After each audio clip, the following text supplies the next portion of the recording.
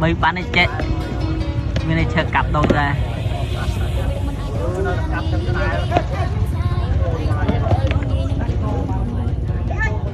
chia chưa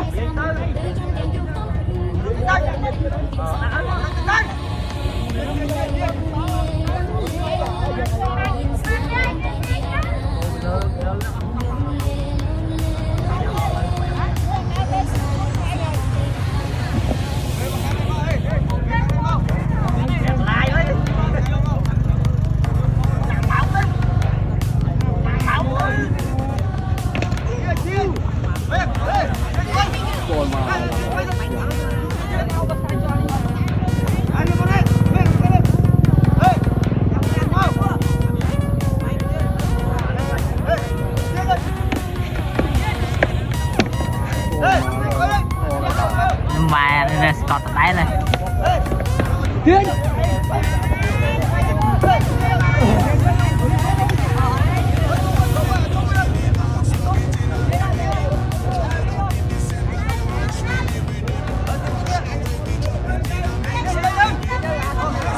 Tiến Tiến có đấy